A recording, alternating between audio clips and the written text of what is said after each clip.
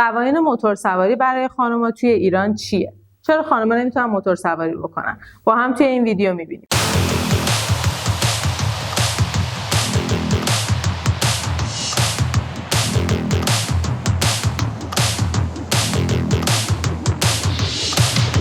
سلام، من مرزیم. خیلی خوش اومدید به چنل یوتیوب خودتون، یعنی استارسیکلت.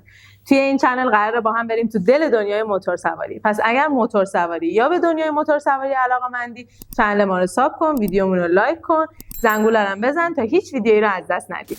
امروز می‌خوایم راجع به یک موضوع بسیار مهم و البته جنجالی صحبت بکنیم. موتور سواری خانم‌ها توی ایران. چه قوانینی برای موتور سواری خانم‌ها توی ایران وجود داره؟ چرا نمیتونن گواهینامه موتور بگیرن و چرا اصلا محدودیت موتور سواری داریم توی ایران؟ بیایید با هم از جنبه‌های مختلف این موضوع رو بررسی بکنیم. مشکل که چی بگم؟ دیدین انقدر آدم حرف تو دلشه دیگه نمیدونه چی بگه ساکت میشه. ما الان همینیم، بچه‌های موتور سوار همشون همینن. انقدر رشته مظلومی واقع شده علل خصوص توی کشور. بچه‌ها دیگه میگن ما چی بگیم، مثلا کجا شروع کنیم؟ اولین سوالی که برای هممون پیش میاد اینه که چرا خانم‌ها نمیتونن موتور سواری بکنن و گواهینامه موتور داشته باشن؟ طبق ماده 26 آیین‌نامه راهنمایی بر رانندگی هیچ محدودیتی برای صدور گواهینامه برای خانم‌ها وجود نداره. چرا؟ چون اصلا جنسیت جزو قوانین صدور گواهینامه نیستش. فقط توی این ماده ذکر شده برای اینکه شما بتونید موتورسیکلت برونید لازمه که گواهینامه داشته باشید. حالا چرا به خانم‌ها گواهینامه نمیدن؟ پلیس راهنمایی رانندگی به صورت غیر رسمی سالها پیش تصمیم گرفتش که صدور گواهینامه برای خانم‌ها رو متوقف کنه. از همون زمان محدودیت‌های موتور سواری توی ایران برای خانم‌ها شکل گرفت. جالبه بدونید توی قوانین راهنمایی و رانندگی برای خانم‌ها و آقایون هیچ تفاوتی وجود نداره. پس ما نتیجه میگیریم که این محدودیت بیشتر برمیگرده به یک سلیقه شخصی و فرهنگی تا یک قانون. حالا بیایید ببینیم چرا به خانم‌ها گواهینامه موتور سواری نمیدن. دلیل اصلیش برمیگرده به نگرانی‌های اجتماعی و فرهنگی.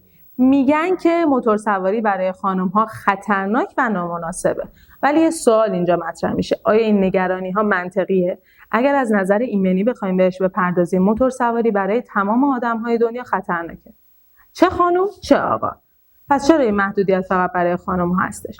جالبه بدونید طی این سال‌هایی که این محدودیت‌ها توی ایران ایجاد شده، چندین خانم شجاع خواستن از طریق راه‌های قانونی و شکایت‌های قانونی این حق طبیعی خودشون رو بگیرن. ولی خب متأسفانه فعلا به نتیجه مطلوبی نرسیده. یکی از استدلال‌هایی که بعضی برای ممنوعیت موتور سواری خانم‌ها توی ایران میارن اینه که از نظر شرعی مورد داره که یک خانم موتور سواری انجام بده. ولی آیا این درسته؟ باید بگم که نه. از نظر شرعی هیچ فتوای معتبری وجود نداره که بگه خانم‌ها نمیتونن موتور سواری انجام بدن. حتی تعدادی از علما گفتن که با رعایت حجاب و عفاف اسلامی شما میتونید راید موتور رو برای خانم‌ها آزاد بکنید. ولی خب انجام نمیشه. پس ما باز اینجا میبینیم که این موضوع بیشتر برمیگرده به فرهنگ و یک سلیقه شخصی تا یک موضوع قانونی و شرعی. خب حالا بیایید به پیست‌ها و مسابقات موتور سواری یه نگاهی بندازیم. خانم‌ها توی این حوزه فعالیت میکنن. ما حتی تیم ملی موتورکراس بانوان ایران رو هم داریم.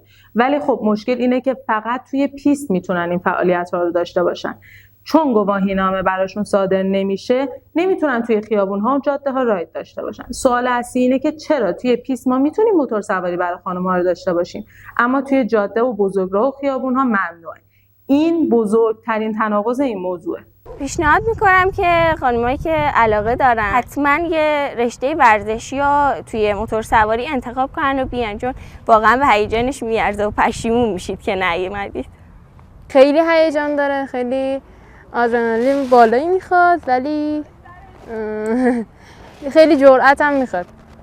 یعنی خیلی باید جرأت داشته باشی تا بیای توی این رشته و حالا بالاخره آسیبا و اون سکوها. میخوام یه مقدار در مورد تاریخچه این محدودیت براتون صحبت کنم. شما میدونستید تا دهه 70 شمسی گواهینامه برای خانم‌ها صادر میشد، اما به خاطر تغییرات فرهنگی اون دوره این قانون اومد که دیگه به خانم‌ها گواهینامه ندن. حتی خانم‌هایی که گواهینامه بین‌المللی داشتن با استفاده از اون نمیتونستن توی ایران راید داشته باشن. همین موضوع باعث کمرنگ شدن حضور خانم‌ها توی مسابقات جهانی و نشون ندادن استعدادهاشون شد.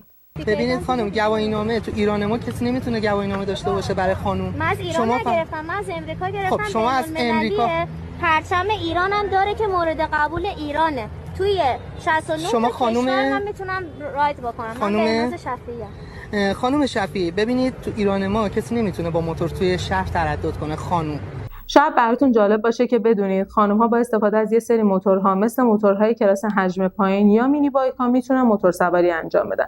این موتورها اکثرا پلاک ندارن و نیازی هم به گواهینامه ندارن.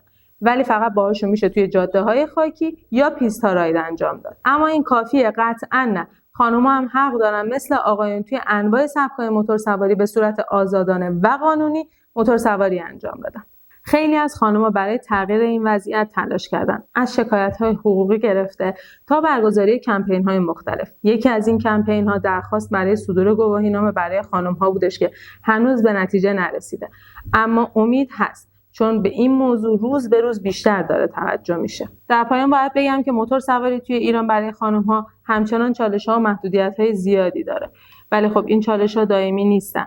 با فعالیت‌های اجتماعی میتونیم این مسیر رو هموارترش بکنیم. شما چی فکر می‌کنید؟ به نظرتون میرسه روزی که خانم‌ها بتونن توی ایران بدون محدودیت موتور سواری کنن؟ خیلی ممنون که تا انتهای این ویدیو همراه ما بودید.